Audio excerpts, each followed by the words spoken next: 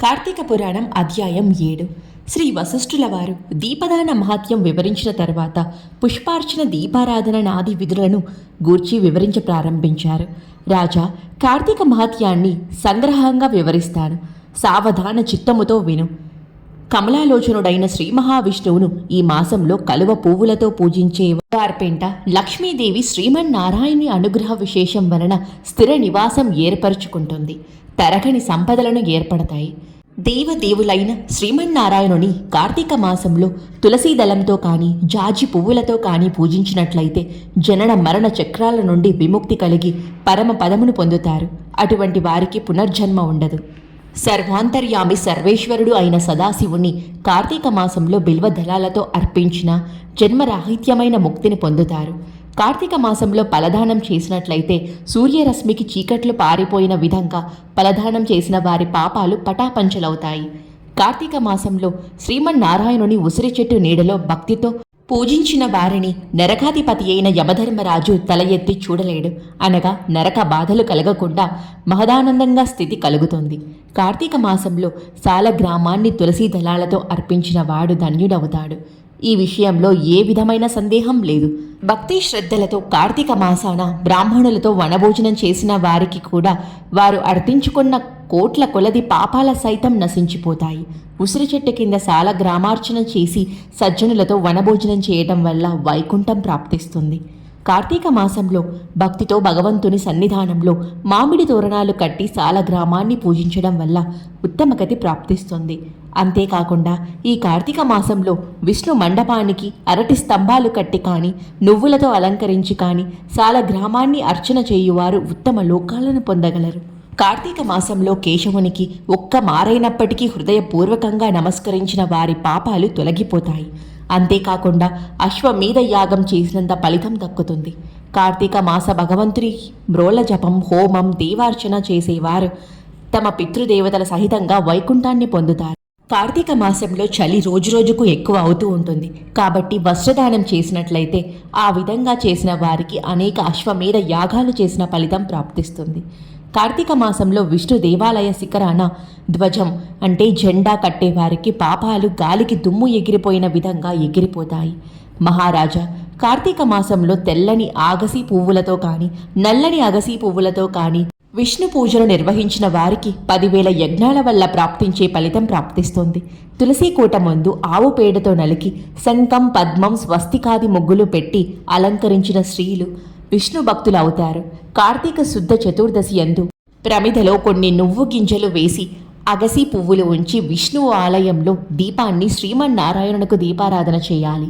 కార్తీక పౌర్ణమి నాడు జిల్లేడు పాలతో శివారాధన చేసిన వారికి దీర్ఘాయుర్దాయం కలుగుతుంది. మరణాంతరం శివ సాముజ్యం ప్రాప్తిస్తుంది. కార్తీక మాసంలో మల్లెపూలతో మాధవుని అర్చించినట్లయితే సూర్యోదయం వల్ల చీకట్లు చెల్లాచెదురైపోయిన విధంగా అన్ని పాపాలు అంతరించిపోతాయి. తులసి కాష్టముతో తీసిన గంధాన్ని శ్రీమన్నారాయణునికి అర్పించినట్లయితే పాప విముక్తి కలిగి విష్ణు పదాన్ని పొందుతారు. కార్తీక మాసంలో విష్ణుమూర్తి మ్రోల నర్తకుని వలె నాట్యము చేసినట్లయితే జన్మతార్జితమైన పాపాల నుండి విముక్తి కలుగుతుంది. ఓ రాజా, కార్తీక మాసంలో విష్ణు దేవాలయాన్ని అందంగా అలంకరించిన వారు వైకుంఠంలో విష్ణు సాముజ్యమును పొందుతారు.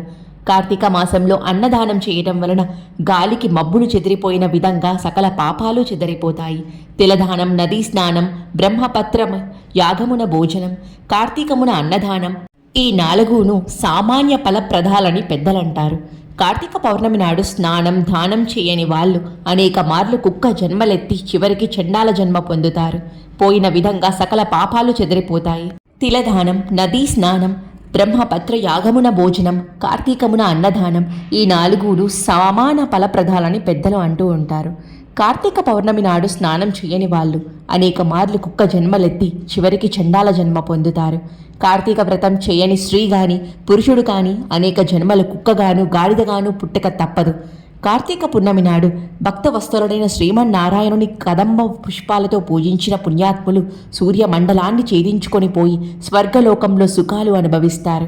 కార్తీక మాసంలో సర్వ జగద్రక్షకుడైన శ్రీమన్నారాయణుని భక్తితో మొగలి పువ్వులతో ఆరాధించినట్లయితే 7 జన్మల పర్యంతం వేదాంగ పారంగతుడైన బ్రాహ్మణ జన్మలు ప్రాప్తిస్తాయి. శ్రీమన్నారాయణుని 1000 దళాలు గల కమలాలతో కార్తీక మాసంలో పూజించిన మానవులు దీర్ఘాయువును పొంది తదకు సూర్యలోకం పొందుతారు. అకసీ పువ్వులతో స్వామిని అలంకరించి ఆ విధముగా అలంకరించిన విష్ణు ప్రతిమను భుజమున దాల్చిన వారు స్వర్గాధిపత్యం పొందుతారు. స్త్రీలు కాని పురుషులు కాని పూలమాలలతో తులసీ దళాలతో విష్ణు భగవానుని పూజించినట్లయితే సకల పాపాలు తొలగిపోతాయి, విష్ణు పదం పొందుతారు. కార్తీక మాసంలో అధమం ఆదివారం నాడైనా స్నానం చేయాలి. ఆ విధముగా చేసినంత మాత్రాన నెలంతా స్నానం చేసిన ఫలితం ప్రాప్తిస్తుంది.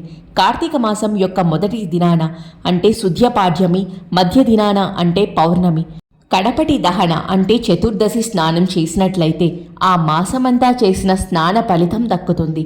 ఆ విధంగా కూడా చేయడానికి శక్తి చాలకపోయినట్లయితే చివరికి కార్తీక మాసమంతా ఆ మాస మహత్యాన్ని వినడం వల్ల సకల పాపాలు తొలగిపోతాయి. మరి కార్తీక మాసంలో దేవాలయములో దీపాల వలన నేర్పరిచే మానవుల పాపాలు కూడా నశించిపోతాయి. ఈ విషయంలో ఏ విధమైన సందేహమూ అక్కర్లేదు.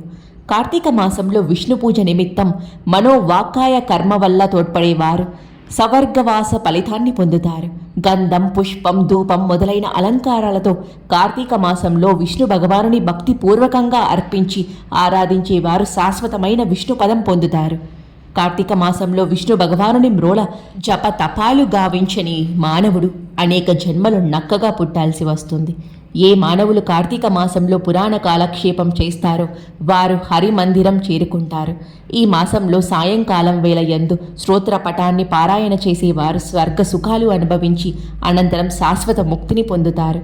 తిరిగి జన్మించాల్సిన అవసరము కలగదు.